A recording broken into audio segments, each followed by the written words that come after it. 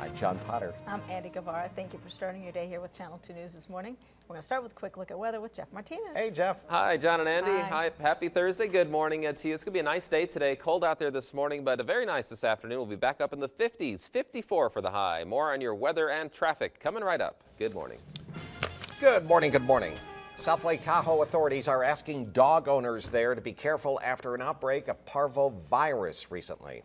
And the park on Al Tahoe Boulevard in South Lake Tahoe is closed for the next 7 to 10 days. Crews are giving it a deep clean to prevent further outbreaks.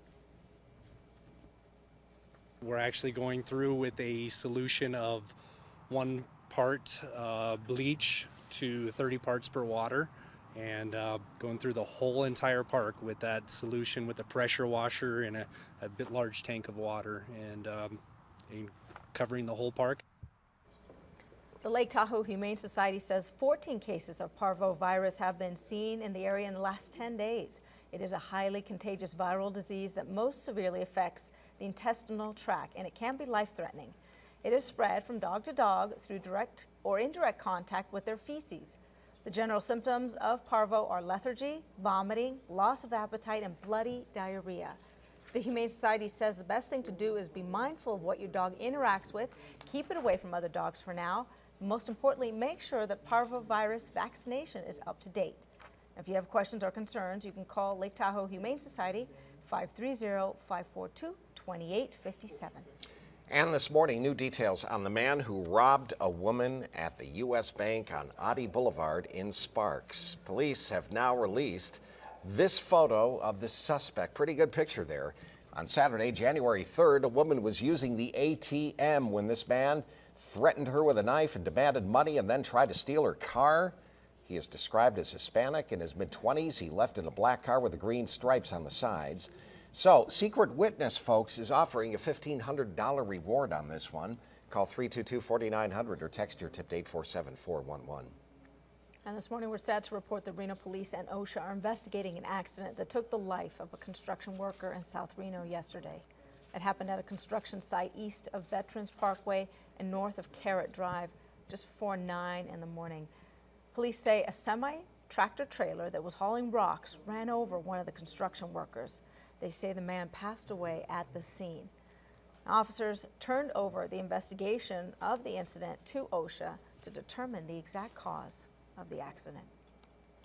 And this morning, an update on that tragic accident last week that took the life of a teenager in a South Reno lake. Austin Pendergrass died last Thursday after falling through the ice in a lake behind an apartment complex on South Meadows Parkway. Well, a funeral service will be held this Saturday at the South Reno Baptist Church on South McCarran Boulevard at 3:30 p.m. It is open to the public. A memorial fund has been established online for the family. We posted a link for you to donate. And if you're looking for a way to give back to the community, our local crisis call center could use your help. Their operation is almost entirely run by volunteers, and they could really use more right now. If anyone's ever said, you're a great listener, or I always come to you with my problems, or thank you for being so helpful, then you have all the skills already. We're just going to give you a couple more tools to make you feel more confident in yourself. Volunteers with the Crisis Call Center answer phones, help people with issues like suicidal thoughts, domestic violence, and child abuse. They also do one-on-one counseling with survivors of sexual assault. For more information, you can call 784-8085, and for a link to the application, you can head to KTVN.com. While the debate over medical marijuana dispensaries in northern Nevada continues to rage on, you know, it's the talk of Incline, and that's because 3 of the 10 allocations for Washoe County are slated for within miles of each other in Incline Village, which, as you know, is a relatively small community in Tahoe.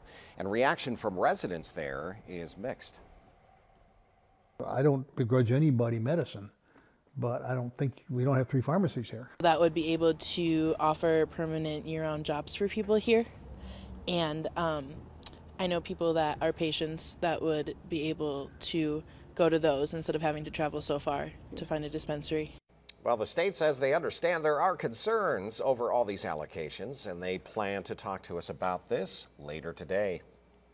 And later this evening, Governor Sandoval will lay out his vision for Nevada over the next 2 years during his State of the State address, which you can watch live right here on Channel 2.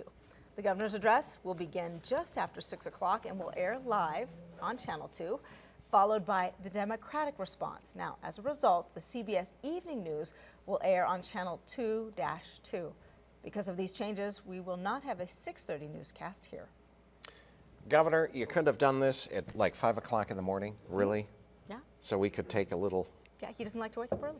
Let's Maybe. check the weather this morning. Good morning, meteorologist Jeff Martinez. Hi there, John and Andy. Good morning to you. It's going to be a nice day today. Warmer than yesterday. Made it up to 49 degrees yesterday. Today we're going to be back up in the 50s with about 56 degrees for the high. So very nice. Out there right now, traffic's moving along well. No accidents to tell you about.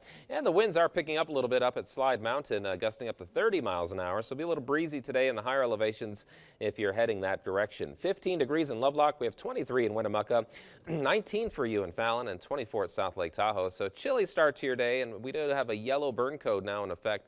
With those strong inversions setting up, I noticed some haze in the sky yesterday, and in fact our air quality has been downgraded. So look out for that. 29 degrees your current temperature. The average high is 45.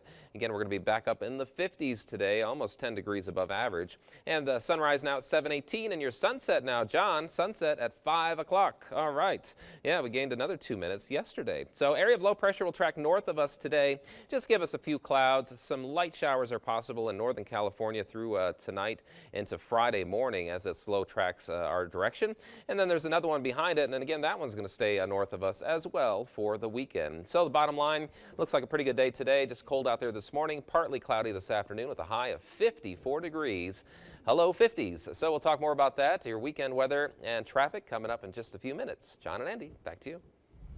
All right, my man, looking around the nation, an Ohio man has been charged by the feds for plotting a terror attack on the U.S. Capitol. Did you hear about this? 20-year-old Christopher Cornell, described in court papers as a sympathizer for the Islamic militant group ISIS, was arrested yesterday after purchasing 2 semi-automatic rifles and several hundred rounds of ammo. The FBI says he planned to use them to kill government officials. An informant tipped off the FBI about his plans this past summer. Wow. And in Money Watch this morning, since I-580 first opened from Reno to Carson City, it has had a negative impact on some of Washoe Valley's businesses. About 40,000 cars used to travel on old Highway 395 each day, but it's estimated that 75% of those now use the new freeway, bypassing all of those businesses. Washoe Valley Storage has taken a hit, and the gas station is closed down. Look at it. And the Chocolate Nugget says their business has been cut in half over the last 2 years. The travelers that we do get from out of state that were used to be coming through here and always stopping by, they thought we were out of business because they just didn't see us.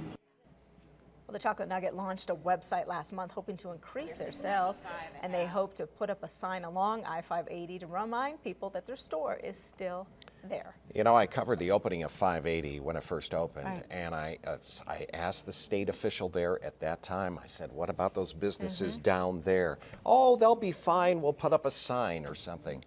And yeah, we could all see this coming. I mean, if you drive old 395 now, like on a weekend, you'll see tumbleweeds crossing that road. Yeah, I know, it's hitting them hard. So buy some chocolate. It's good chocolate, too.